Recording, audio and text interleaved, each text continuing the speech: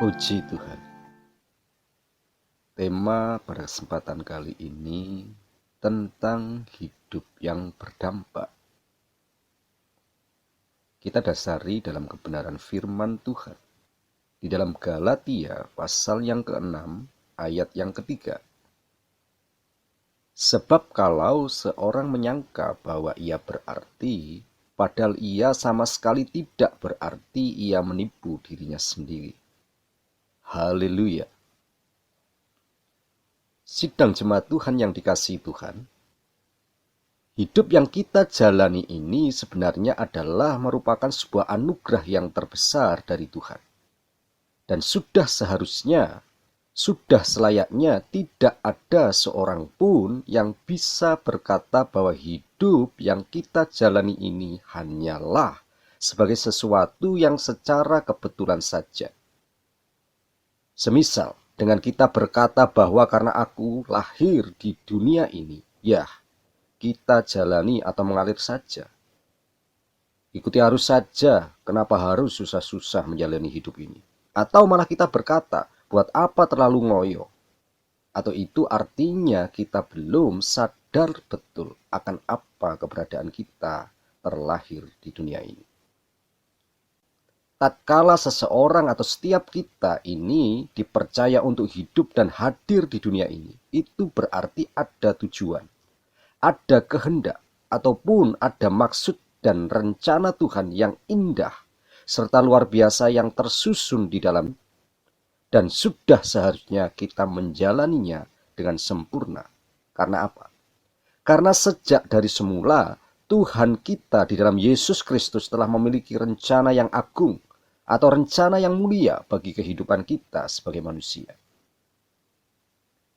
Namun dalam hal ini, bagaimana saat kita ini menjalani hidup kita pribadi lepas pribadi, dan bagaimana supaya hidup yang kita jalani ini berarti itu adalah sebuah pilihan. Sekali lagi, hidup yang kita jalani ini itu berarti adalah sebuah pilihan atau sebuah keputusan yang harus benar-benar tepat. Dan janganlah sampai salah dalam mengambil keputusan atau menyikapinya.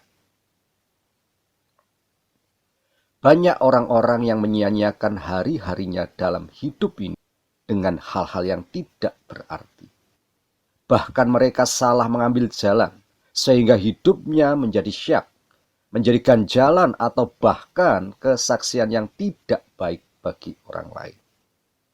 Akan tetapi yang Tuhan mau adalah setiap orang percaya itu harus memiliki rasa hidup yang berarti, yang berdampak, karena Tuhan telah merancangkan kehidupan kita yang baik dengan masa depan yang sempurna. Baik bagi semua yang terlahir, tercipta, tidak terkecuali satupun bagi setiap kehidupan orang-orang yang percaya pribadi lepas pribadi. Seperti tertulis dalam firman-Nya, Yeremia pasal ke-29 ayat yang ke-11. Sebab aku ini mengetahui rancangan-rancangan apa yang ada padaku mengenai kamu. Demikianlah firman Tuhan, yaitu rancangan damai sejahtera dan bukan rancangan kecelakaan, untuk memberikan kepadamu hari depan yang penuh harapan. Haleluya, haleluya.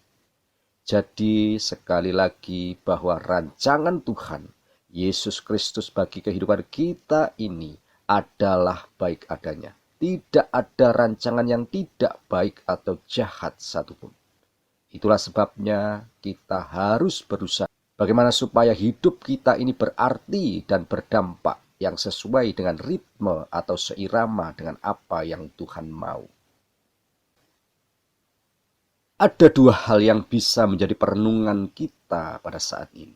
Yang pertama, hidup kita ini, yang kita jalani ini itu bergantung atau bertanggung jawab dengan kehidupan kita masing-masing. Artinya apa? Artinya adalah setiap kita ini diberi talenta untuk kita kembangkan dan diberi potensi untuk dimaksimalkan. Sebagai gambaran kita perhatikan sebuah tekad Rasul Paulus. Sebagai teladan kita yang baik, yang tepat bagi kehidupan kita. Lewat perkataan firman-Nya. Di dalam Filipi pasal yang pertama ayat 21 sampai ke 22. Karena bagiku hidup adalah Kristus dan mati adalah keuntungan. Tetapi jika aku harus hidup di dunia ini, itu berarti bagiku bekerja memberi buah. Dan aku hidup, tetapi bukan lagi aku sendiri yang hidup, melainkan Kristus yang hidup di dalam aku. Yang kedua, hidup kita ini bisa dikatakan yang berarti atau berdampak adalah hidup yang berbuah bagi Tuhan dan menjadi berkat bagi orang lain. Dalam hal apa? Salah satunya adalah dalam hal ada buah-buah roh yang dihasilkan dalam kehidupan kita, yaitu ada kasih, sukacita, damai sejahtera, kesabaran, kemurahan, kebaikan, kesetiaan, kelemah lembutan, penguasaan diri, itu ada di dalam diri kita. Dan itu kita impartasikan dalam setiap tindakan perilaku kita. Sebagai evaluasi kita, sudahkah itu menjadi bagian hidup kita sehari-hari? Atau sudahkah kita mengalaminya, bahkan merasakannya? Mari kita introspeksi diri. Kita evaluasi diri kita masing-masing. Sebagai kesimpulan kita, di dalam 1 Yohanes pasal yang ketiga ayat ke-17 dan ke-18. Barang siapa mempunyai harta duniawi dan melihat saudaranya menderita kekurangan, tetapi menutup pintu hatinya terhadap saudaranya itu, bagaimanakah kasih Allah dapat tetap tinggal di dalam dirinya? Haleluya. Ayat 18-nya, anak-anakku marilah kita mengasihi, bukan dengan perkataan atau dengan lidah, tetapi dengan perbuatan dan dalam kebenaran. Sekali lagi, jika hidup kita tidak berarti atau tidak berdampak positif, maka kita bisa disebut atau dikatakan gagal sebagai orang Kristen.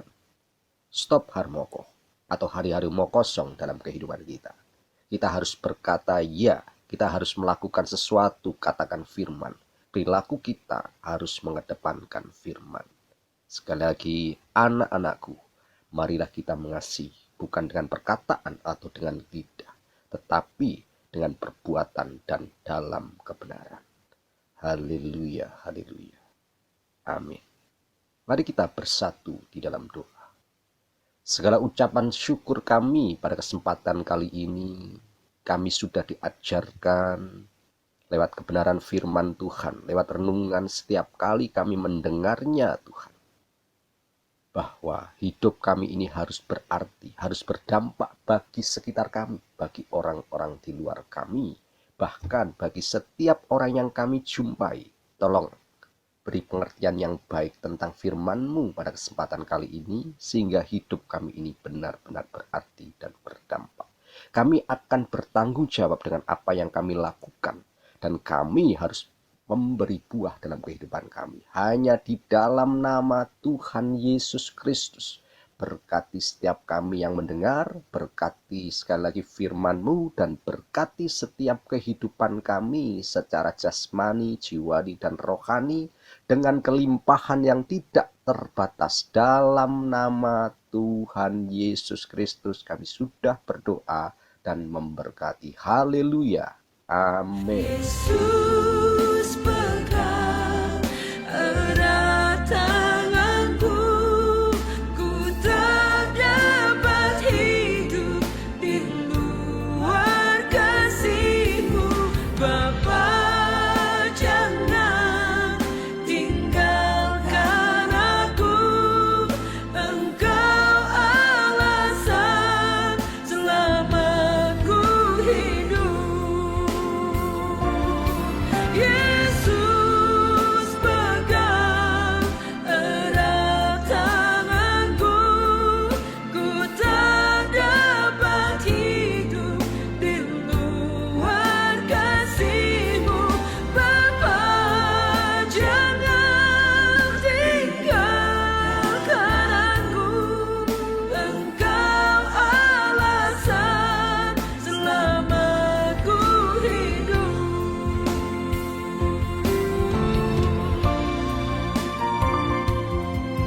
Aku percaya Tuhan, seluruh hidupku ada di tangan dan tidak pernah Engkau melepaskan tangan.